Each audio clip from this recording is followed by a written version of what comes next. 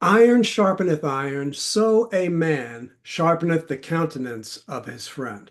Welcome.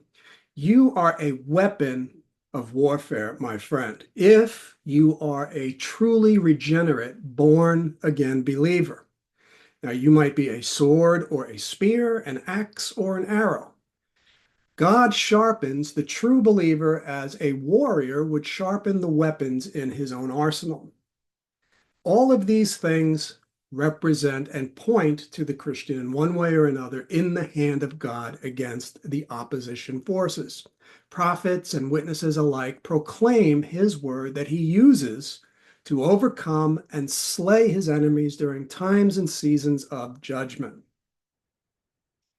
So God prepares his people to proclaim the whole counsel of his word in the face of all opposition with steadfast and unmoving resolve.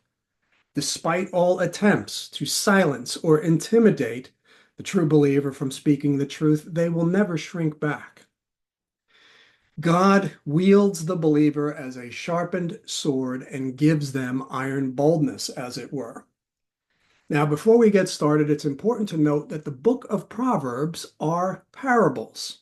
In the introduction, we read these words, for example, in verse 5, a wise man will hear and will increase learning, and a man of understanding shall attain unto wise counsels.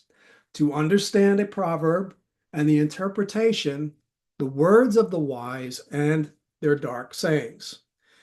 This word proverb is the Hebrew word that is pronounced mashal, and it's the same word translated parable throughout the Bible.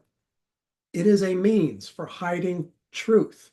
Okay, dark sayings mean that the truth is concealed from the natural man, or otherwise they wouldn't be called dark sayings.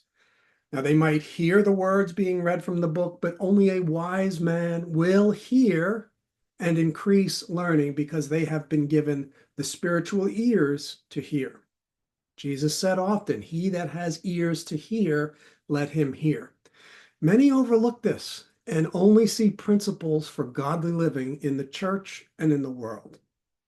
Now, if there is to be any practical truth found in this verse, it is that every true believer must be firmly rooted in the Bible to withstand intimidation and to faithfully declare all that God has said in his word, despite how it is received by others.